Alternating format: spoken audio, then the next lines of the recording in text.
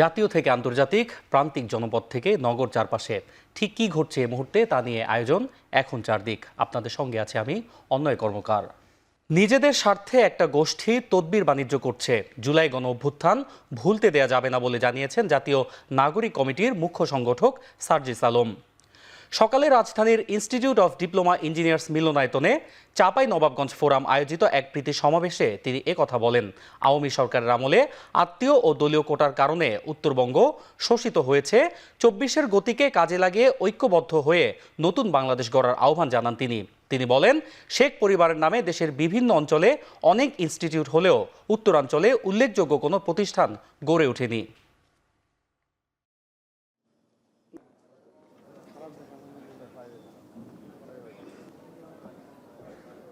বিগত ১৬ বছরে তো আমরা শোষিত হয়েছি। যেই জায়গায় আমাদের যাওয়ার আমাদের মিনিমাম আমরা ডিজার্ভ করতাম, আমরা সেই জায়গায় যেতে পারিনি।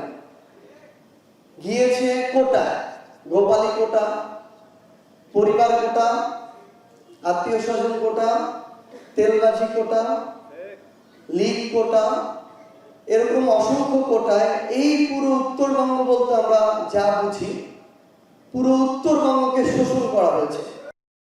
দেশের স্বাধীনতা ও সার্বভৌমত্ব রক্ষায় সবার সাথে জামায়াত ইসলামী ঐক্যবদ্ধ।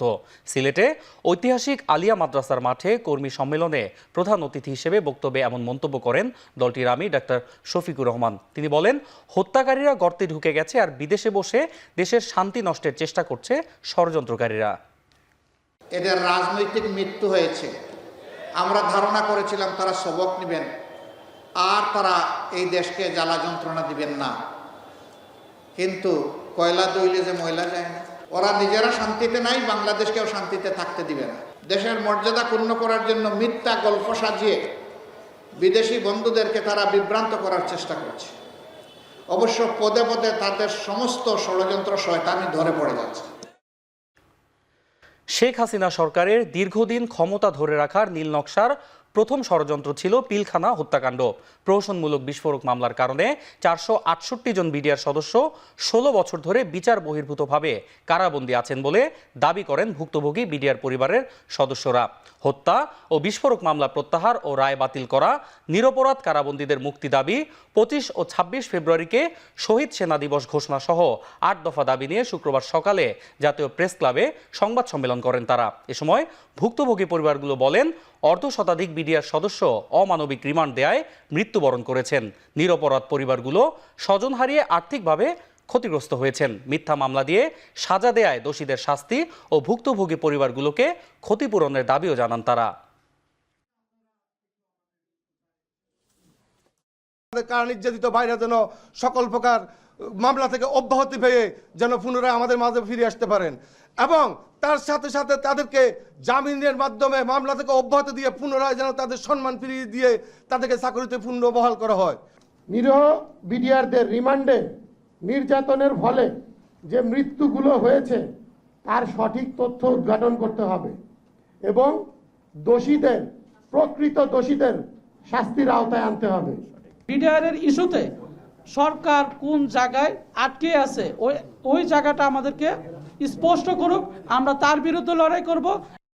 পঞ্চগড়ের তেঁতুলিয়ায় মৌসুমের সর্বনিম্ন তাপমাত্রা ৮.৪ ডিগ্রি সেলসিয়াস রেকর্ড করা হয়েছে। জেলায় শুরু হয়েছে মৃদু শৈত্যপ্রবাহ। ঘন কুয়াশা ও হিমালয় থেকে আসা ঠান্ডা বাতাসে প্রান্তিক জনজীবনে নেমেছে দুর্ভোগ।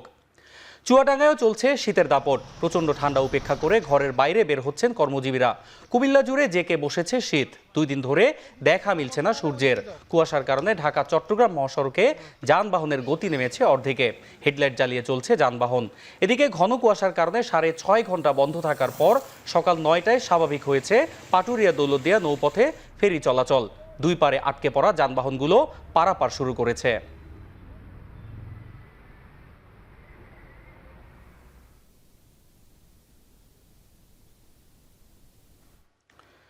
এদিকে ঢাকায় ১৫ ডিগ্রি সেলসিয়াস তাপমাত্রা রেকর্ড করা হয়েছে।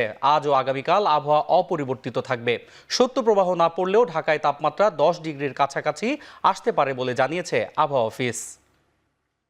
আজকের সর্বনিম্ন তাপমাত্রা রেকর্ড হয়েছে ৮.৪ ডিগ্রি সেলসিয়াস। এটা হচ্ছে আপনার পঞ্চগড়ে, তেঁতুলিয়াতে, রাজশাহী এবং চুয়াডাঙ্গা তাপমাত্রা ১০ নিচে নেমে গেছে। এই জন্য আমরা আজকে বছরের প্রথমেই আজকে আমরা মৃদু সতর্ক ঘোষণা দিয়েছি, বিশেষ করে এই 4টা ডিস্ট্রিক্টে। এটার ব্যাপ্তি আরও বেড়ে যেতে পারে আগামীকালে এবং পরশু। তবে যেটা হচ্ছে তাপমাত্রা আপাতত ওই রকম কমবে না, হয়তো আগামীকাল পরশু হয়তো আপনার সামান্য একটু কমতে পারে, তবে যেটা হবে পরশুদিন থেকে তাপমাত্রা আবার বাড়ার সম্ভাবনা রয়েছে। গেল 3 দিন ধরে সিরিয়া জুড়ে একের পর এক ইসরায়েলি হামলায় গভীর উদ্বেগ জানিয়েছে জাতিসংঘ। যদিও যুক্তরাষ্ট্রের জাতীয় নিরাপত্তা পরিষদের উপদেষ্টা জেক সুলিভান বলেছেন, ঝুঁকি এড়াতে হামলা চালাচ্ছে ইসরায়েলি সেনারা। এছাড়া সিরিয়ায় চলমান সংকট সমাধানের উপায় নিয়ে আলোচনায় যোগ দিতে জর্ডান পৌঁছেছেন মার্কিন পররাষ্ট্রমন্ত্রী অ্যান্টনি ব্লিংকেন। বিমানবন্দরে সাংবাদিকদের প্রশ্নের জবাবে তিনি বলেন, অবিলম্বে সিরিয়া থেকে মার্কিন নাগরিকদের ফিরিয়ে আনার প্রক্রিয়া শুরু হয়েছে। এদিকে চলমান অস্থিরতা থেকে পরিত্রাণ ও সিরীয় অন্তর্বর্তী সরকারের পাশে দাঁড়াতে চলতি সপ্তাহে জর্ডানের আয়োজনে সিরিয়া ক্রাইসিস সামিটে অংশ নিতে যাচ্ছে সৌদি আরব, ইরাক, লেবানন, মিশর, সংযুক্ত আরব আমিরাত, কাতার, তুরস্ক, যুক্তরাষ্ট্র সহ ইউরোপীয় ইউনিয়ন ও জাতিসংঘের প্রতিনিধি দল।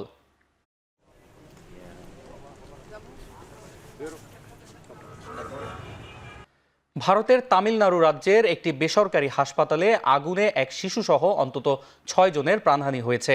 বৃহস্পতিবার স্থানীয় সময় রাত 8টায় দিন্দিগুল শহরের সিটি হাসপাতালে এই আগুনের সূত্রপাত হয়। দমকল কর্মীদের প্রায় 2 ঘন্টার নিরলস পরিশ্রমে আগুন নিয়ন্ত্রণে আনা সম্ভব হলেও ক্ষয়ক্ষতি এড়ানো যায়নি। আগুন নেভানোর পর হাসপাতালে লিফট থেকে অচেতন অবস্থায় 6 জনকে উদ্ধার করে হাসপাতালে নেয়ার পর তাদের মৃত্যু হয়েছে।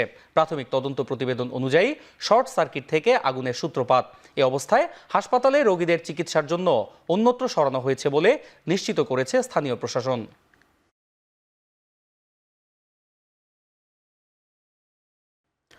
টাইম ম্যাগাজিনের 2024 সালের পার্সন অব দ্য ইয়ার বা বর্ষসেরা ব্যক্তি নির্বাচিত হয়েছেন যুক্তরাষ্ট্রের নবনির্বাচিত প্রেসিডেন্ট ডোনাল্ড ট্রাম্প।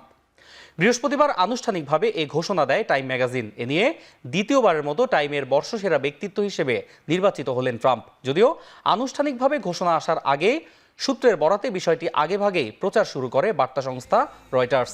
টাইমের প্রধান সম্পাদক স্যাম জেকবস এক বার্তায় জানান, যুক্তরাষ্ট্রে রাজনৈতিক উত্থান ও বিশ্ব রাজনীতিতে আমেরিকার গুরুত্ব তুলে ধরায় 2024 সালের বর্ষসেরা ব্যক্তিত্ব হিসেবে ট্রাম্পকে নির্বাচিত করা হয়েছে। তিনি আরও বলেন, ব্যক্তি হিসেবে ট্রাম্প ভালো বা খারাপ যেমনই আচরণ করুন না কেন, 2024 সালে গণমাধ্যমের খবরে সবচেয়ে বেশি প্রভাব ফেলেছেন এই রিপাবলিকান নেতা।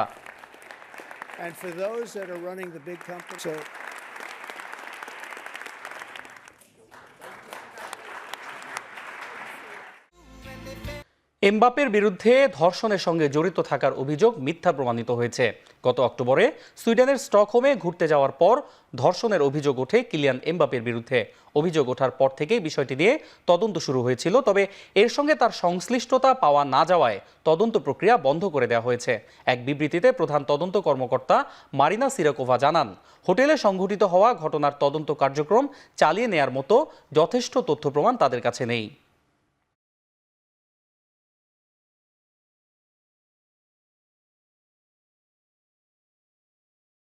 বিশ্বের সর্বকনিষ্ঠ দাবা চ্যাম্পিয়ন হয়েছেন ভারতের গুকেশ ডোম্বারাজু। সিঙ্গাপুরে অনুষ্ঠিত ফিদে দাবা বিশ্ব চ্যাম্পিয়নশিপের ফাইনালে বর্তমান চ্যাম্পিয়ন চীনের ডিং লিরেনকে হারায় গুকেশ। এই জয়ে মাত্র 18 বছর বয়সী গুকেশ রেকর্ড ভাঙেন রাশিয়ার কিংবদন্তি গ্র্যান্ডমাস্টার গ্যারি কাসপারোভের, যিনি 1985 সালে 22 বছর বয়সে এই খেতাব জিতেছিলেন। বিশ্ব চ্যাম্পিয়নশিপের জয়ী হয়ে বিশ্ব র্যাঙ্কিংয়ে 5ম আর ভারতে 2য় স্থানে উঠে আসেন তিনি। এ সাফল্যে ভারতের প্রধানমন্ত্রী নরেন্দ্র মোদী গুকেশকে সামাজিক যোগাযোগ মাধ্যমে পোস্ট দিয়ে অভিনন্দন জানায়। অন্যদিকে এবার ফিদে দাবা বিশ্ব চ্যাম্পিয়নশিপের মোট পুরস্কারের পরিমাণ ছিল $2.5 মিলিয়ন।